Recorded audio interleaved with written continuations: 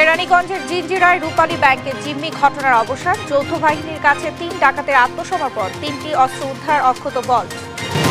দেশ ও জনগণের স্বার্থ নিরাপদ করতে দরকার জনসমর্থিত সরকার, বললেন তারেক রহমান। নির্বাচনের সময় নিয়ে অস্পষ্টতায় হতাশ বিএনপি। শেখ হাসিনার নির্দেশে বন্ধ করা হয় ইন্টারনেট, পলকের স্বীকারোক্তি। ৮ পুলিশ কর্মকর্তার বিরুদ্ধে ২ মাসে তদন্ত শেষের নির্দেশ। জুলাই আগস্টের এই অভ্যুত্থান চলাকালীন সময়ে ইন্টারনেট বন্ধের যে নাটক করা হয়েছিল, সেখানে সে স্বয়ং স্বীকারোক্তি দিয়ে বলেছে বা নিজে স্বীকার করেছে, সরাসরি প্রধানমন্ত্রীর কাছ থেকে নির্দেশনা আসার পরে তথ্য প্রতিমন্ত্রী নির্দেশ দেওয়া হয় ইমিডিয়েটলি ইন্টারনেট শাটডাউন করো। ওবায়দুল কাদের, সালমান এফ রহমান সহ 4 জনের বিরুদ্ধে দুদকের অনুসন্ধানের সিদ্ধান্ত। এস আলমের ছেলে, ভাই সহ 58 জনের নামে মামলা। 3 মাসের মধ্যে প্রায় 4 লাখ এনআইডি সংশোধন, জানালেন মহাপরিচালক। শিগগিরই অপকর্মে জড়িতদের বিরুদ্ধে ব্যবস্থা।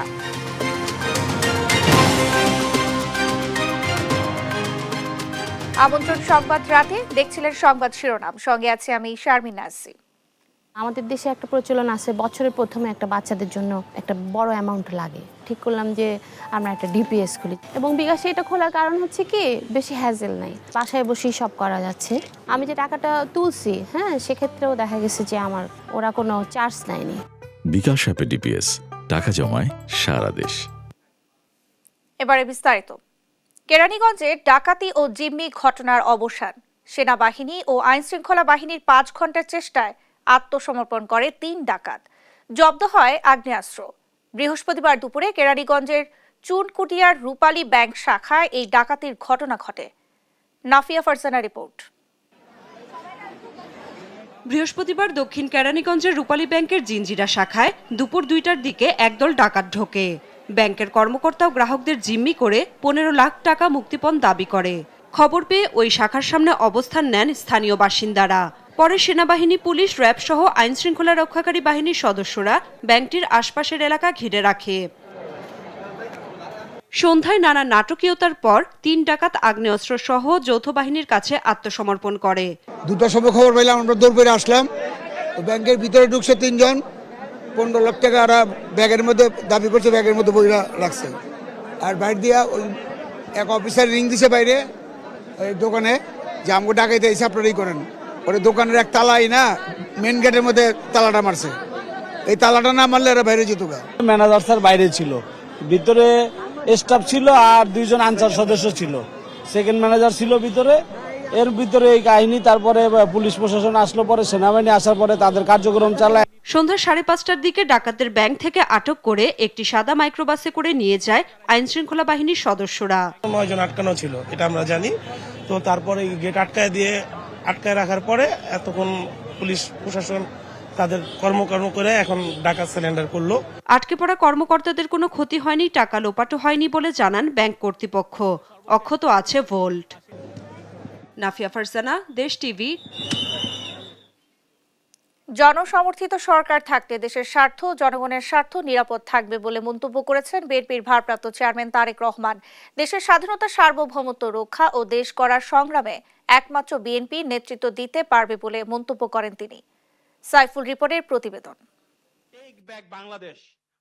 বৃহস্পতিবার রাষ্ট্র কাঠামো মেরামতের 31 দফা ও জনসম্পৃক্তি শীর্ষক কর্মশালা একযোগে অনুষ্ঠিত হয় মানিকগঞ্জ, নরসিংদী ও মুন্সিগঞ্জ জেলায়। কর্মশালায় ভার্চুয়ালি যুক্ত হন বিএনপির ভারপ্রাপ্ত চেয়ারম্যান তারেক রহমান।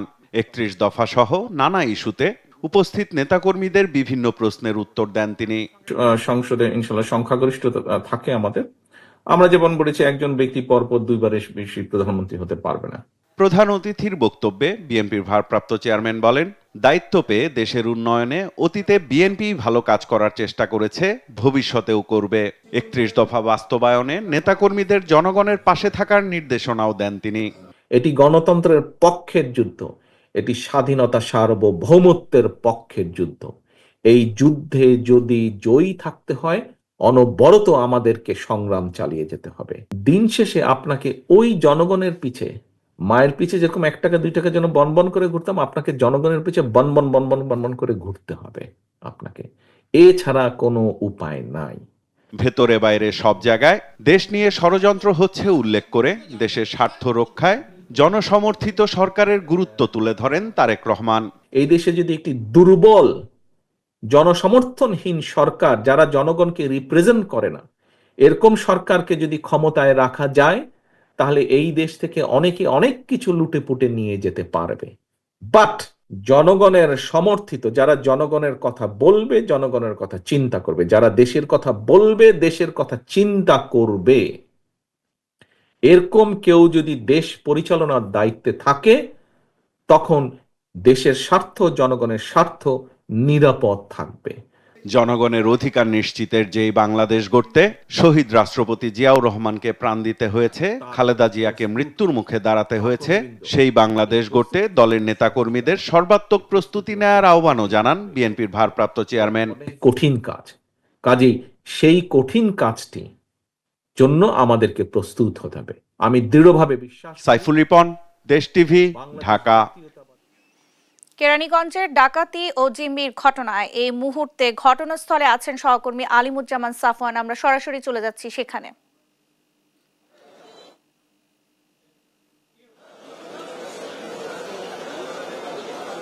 এই মুহূর্তে আমি রয়েছি কেরানীগঞ্জের মডেল যে থানা রয়েছে, এবং কিছুক্ষণ আগে পুলিশ এবং যৌথ বাহিনীর যে অভিযানটি চলমান ছিল, আপনারা জানেন আজ দুপুরে যে ব্যাংক ডাকাতির ঘটনা ঘটছে, সেখানে রূপালী যে ব্যাংক, সেখান থেকে তাদের অভিযান শেষ করে কিছুক্ষণ আগে এখানে আসা হয়েছে এবং আমরা এখানে এসেছি। এবং কেরানীগঞ্জ মডেল থানায় আজকের যে ঘটনা, সেই ঘটনা নিয়ে ব্রিফ করার কথা রয়েছে। এবং আপনাদেরকে জানিয়ে দিতে চাই যে র্যাব এবং পুলিশের একটি যৌথ বাহিনীর যে টিম, সেই টিম আসলে এই ডাকাতদের গ্রেফতার করছে।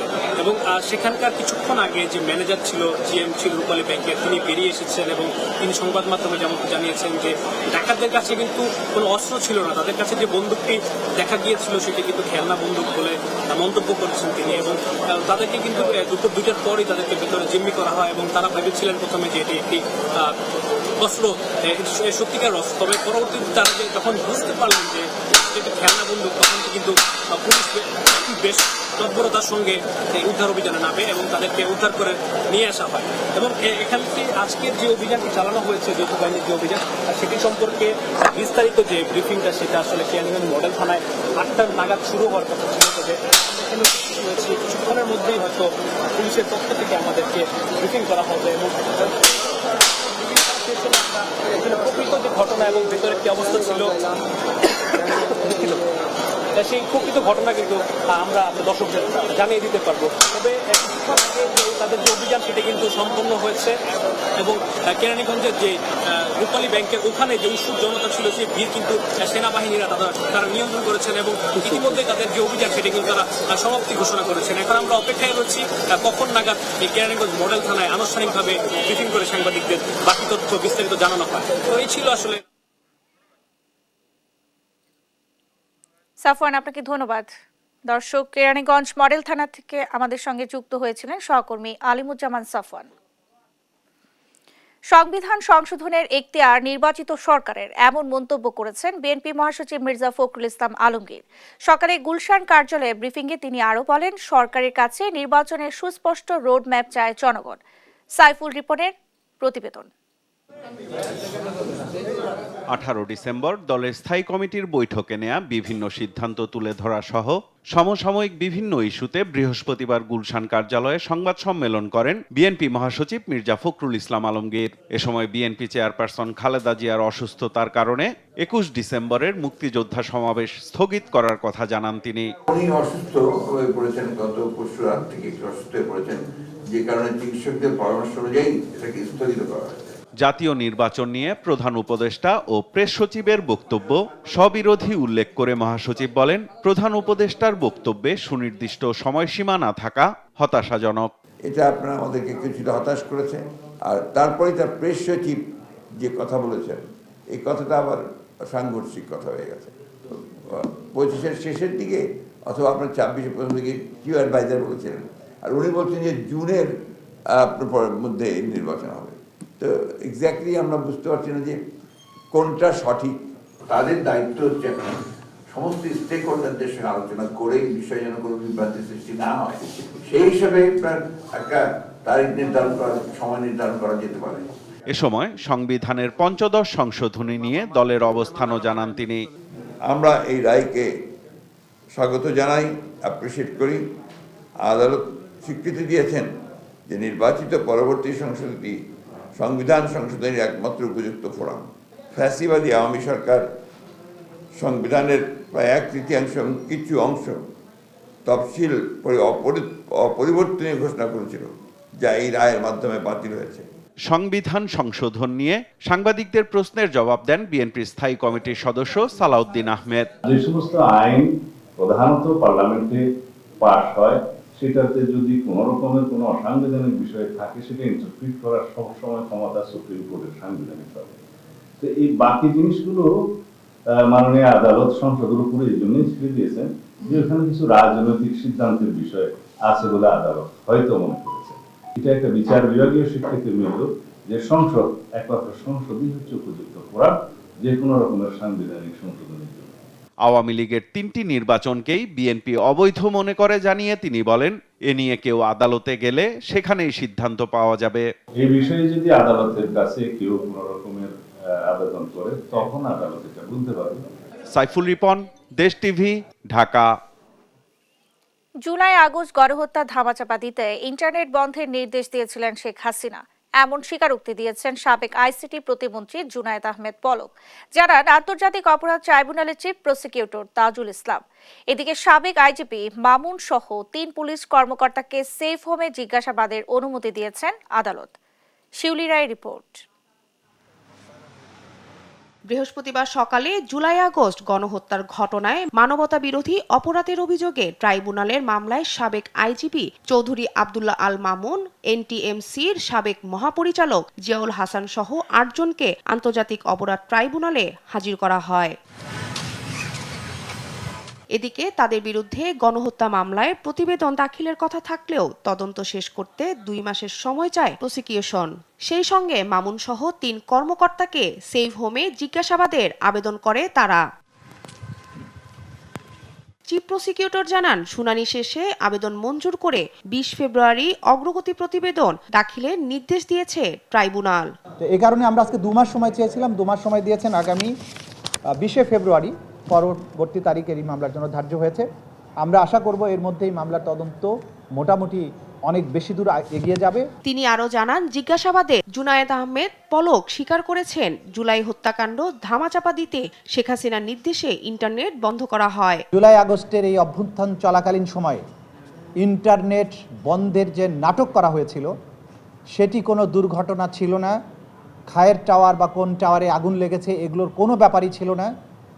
সেখানে সে স্বয়ং স্বীকারোক্তি দিয়ে বলেছে বা নিজে স্বীকার করেছে যে এই ইন্টারনেট তদানীন্তন প্রধানমন্ত্রী এবং এই মামলাগুলোর প্রধান আসামি শেখ হাসিনার নির্দেশে সরাসরি প্রধানমন্ত্রীর কাছ থেকে নির্দেশনা আসার পরে তথ্য প্রতিমন্ত্রী নির্দেশ দিয়ে আইআইজি ইন্টারন্যাশনাল ইন্টারনেট গেটওয়ে, এই গেটওয়েদের একটা হোয়াটসঅ্যাপ গ্রুপ খোলা হয়।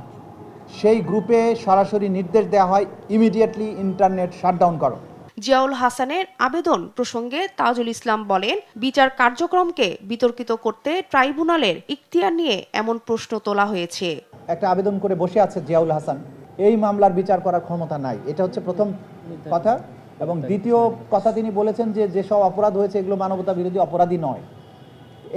এই ধরনের পিটিশন ওনারা দিয়েছেন। তো দিয়ে ওনারা একটা হাইপ তৈরি করতে চান, দুনিয়াব্যাপী একটা নয়েজ তৈরি করতে চান। সেই কারণে তারা অ্যাপ্লিকেশনটা দিয়েছেন। অনেক বড় অ্যাপ্লিকেশন, নানান কথা তারা বলেছেন। এগুলোর আমরা যথাযথ আইনি প্রক্রিয়ার জবাব দেওয়ার জন্য আমরা সময় চেয়েছি। আগামী 1 মাস পরে এটা শুনানি হবে 20 জানুয়ারিতে। তো জবাব আমরা দিব, আদালত যথাযথ আদেশ নিশ্চয়ই তারা দিবেন। কিন্তু আমরা আপনাদেরকে যেটা জানাতে চাই যে এই ধরনের উদ্যোগ একের পর এক নেওয়া হবে এটাকে বিতর্কিত করার জন্য। শিউলি রায়, দেশ টিভি, ঢাকা। 1092 কোটি টাকা আত্মসাতে ইসলামিক ব্যাংকের বর্তমান এমডি এস আলমের ছেলে এবং 2 ভাই সহ 58 জনের বিরুদ্ধে মামলা করেছে দুদক। এছাড়া অবৈধ সম্পদ ও অস্বাভাবিক লেনদেনের অভিযোগে সাবেক খাদ্যমন্ত্রী সাধন চন্দ্র মজুমদারের বিরুদ্ধেও মামলা হয়েছে। এদিকে সাবেক সড়ক পরিবহন মন্ত্রী ওবায়দুল কাদের ও সালমান এফ রহমানের অনিয়ম ও দুর্নীতির অভিযোগে অনুসন্ধানের সিদ্ধান্ত গ্রহণ করে সংস্থাটি। বিস্তারিত ফজলে আদিত্যের প্রতিবেদনে। এসালম গ্রুপ বাংলাদেশের ব্যাংক খাত ধ্বংসের অন্যতম হোতা। ঋণ জালজালিয়াতির মাধ্যমে বাংলাদেশের অর্থনীতিকে ধ্বংস করেছে তারা। ব্যাংক খেকো এই চক্রের প্রধান এসালম গ্রুপের চেয়ারম্যান মোহাম্মদ সাইফুল ইসলামের দুই ছেলে আহসানুল আলম মারুফ ও আশরাফুল আলম। বাপ ছেলের যোগসাজশে গিলে নেওয়া হয় পুরো ইসলামিক ব্যাংক। পাচার করেন ১,১৩,২৪৫ কোটি টাকা। শুধু চট্টগ্রামের ইসলামিক ব্যাংকের চাকতাই শাখা থেকে ১,০৯২ কোটি টাকা লুটপাটের অভিযোগে এসালমের ছেলে এবং দুই ভাইসহ ৫৮ জনের বিরুদ্ধে মামলা করেছে দুদক। ইসলামী ব্যাংক বাংলাদেশ লিমিটেড চাকতাই শাখা চট্টগ্রাম হতে মেসার্স মুরাদ এন্টারপ্রাইজের নামে ১,০৯২.৪৬ কোটি টাকা ঋণ দেখিয়ে তা আত্মসাৎ এবং মানি লন্ডারিংয়ের অপরাধে আলোচিত ব্যবসায়ী এস আলমের ছেলে এবং ইসলামী ব্যাংকের সাবেক চেয়ারম্যান আহসানুল আলম, বর্তমান এমডি মোহাম্মদ মনিরুল মাওলা সহ পরিচালনা পর্ষদের ১৪ জন এবং এস আলমের দুই ভাই জনাব শহীদুল আলম এবং মোহাম্মদ রাশেদুল আলমের বিরুদ্ধে আজ একটি মামলা রুজু হয়েছে।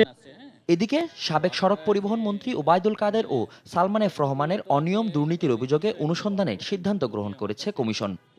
জনাব ওবায়দুল কাদের সাবেক সড়ক পরিবহন মন্ত্রী ও এবিএম আমিনুল্লাহ নূরী সাবেক সচিবের বিরুদ্ধে ১৩৭ বাস কেনা নিয়ে কারসাজির একটি অভিযোগের প্রেক্ষিতে দুর্নীতি দমন কমিশন অনুসন্ধানের সিদ্ধান্ত গ্রহণ করেছে।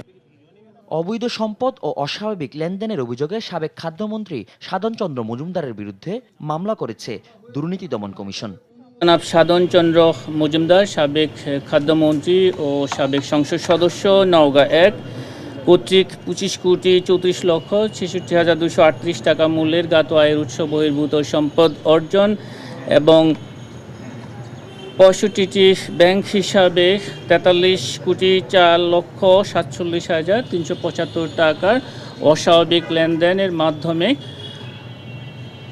স্থানান্তর, রূপান্তর, হস্তান্তরের মাধ্যমে মানি লন্ডারিং অপরাধে একটি মামলা রুজুর সিদ্ধান্ত গৃহীত হয়েছে। এবং ফজলে আদিত্য, দেশ টিভি, ঢাকা। শুধু উন্নত দেশই নয়, এশিয়ার দেশগুলোর সঙ্গেও বাণিজ্য বৃদ্ধির চেষ্টা করছে অন্তর্বর্তী সরকার। গেল বুধবার মিশরের D8 সম্মেলনে এই কথা জানান প্রধান উপদেষ্টার প্রেস সচিব শফিকুল আলম। জানান সম্মেলনে বহির্বিশ্বের কাছে বাংলাদেশকে তুলে ধরবেন প্রধান উপদেষ্টা। এ সময় দেশের তরুণদের সরকার এমনভাবে প্রস্তুত করতে চায় যাতে তারা চাকুরির পেছনে না ঘুরে নিজেরাই উদ্যোক্তা হতে পারে। বাংলাদেশের ওনার যে ফিলোসফি সেটা হচ্ছে যে মাল্টিলেটারাল যেগুলো মানে রিজিওনাল কোঅপারেশন রিলেটেড যতগুলো ফোরাম আছে সেইগুলো ফোরামে উনি আসলে বাংলাদেশে একটা শক্ত প্রেজেন্স চাচ্ছেন। আর কালকে একটা কি থিম হচ্ছে ইউথ আর এসএমই। আপনি ইউথের নিয়ে উনি কথা বলবেন, ইউথ নিয়ে ওনার যে চিন্তা ভাবনা সেগুলো বলবেন। ইউথ ক্যান বি মানে ওরা নিজেরাই জব ক্রিয়েটর হতে পারে, ওরা যে শুধু জবের পিছনে দৌড়াবে তা না, they can be a entrepreneur and they can create jobs. দেখছেন সংবাদ রাত। আমি এই চেয়ারে বসবো না। বাচ্চু ভাই, এই চেয়ারকে ভয় পেও না। ডেন্টিস্টের পরামর্শ নাও নতুন কোলগেট অ্যাক্টিভ সোল, যা দাঁতের সমস্যা শুরু হওয়া মাত্রই থামিয়ে দেয়। না থাকবে ব্যথা, না থাকবে ভয়।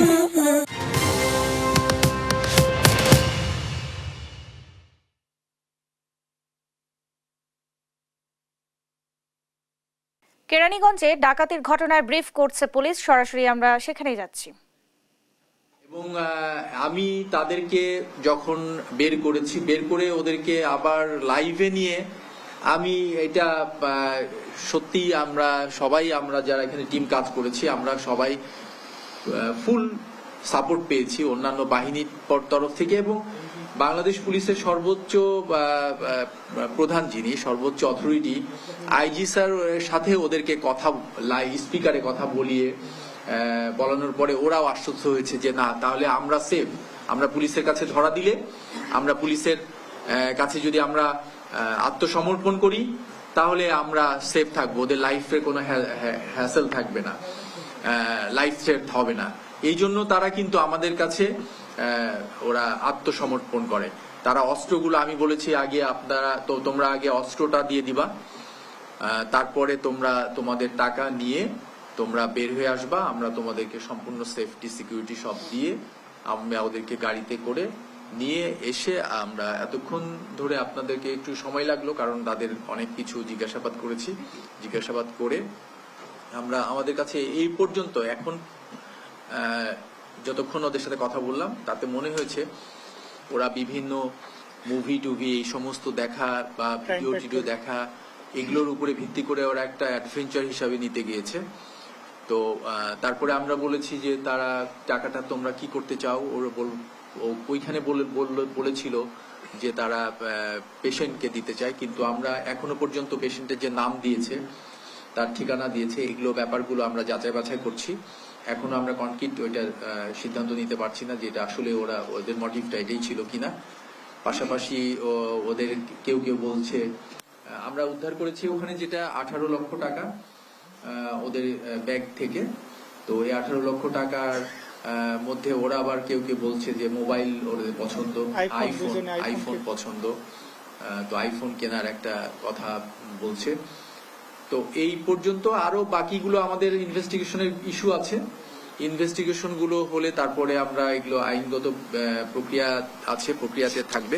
আর আমাদের যেগুলো আলামত বলে, যেটা আমরা যে ওখান থেকে যেগুলো উদ্ধার করেছি সেগুলো আপনাদেরকে অলরেডি উপস্থাপন করেছি, আপনারা দেখেছেন। তবে আপনাদের কাছে অনুরোধ যে এরা তো অ্যাকচুয়ালি আন্ডার এজ, জুভেনাইল, দুজন আন্ডার এজ। এদের ছবি আসলে আমাদের কিন্তু এগুলো ইন্টারন্যাশনাল রুলে এগুলো আপনাদের প্রচার করা আমাদের উচিত হবে না। আপনারা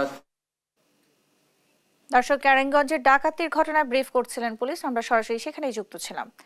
জাতীয় পরিচয়পত্র নিবন্ধন সংশোধনের প্রায় 4 লাখ আবেদন আগামী 3 মাসের মধ্যে নিষ্পত্তির সিদ্ধান্ত নিয়েছে নির্বাচন কমিশন, জানান অনুবিভাগের মহাপরিচালক এস.এম. হুমায়ুন কবির।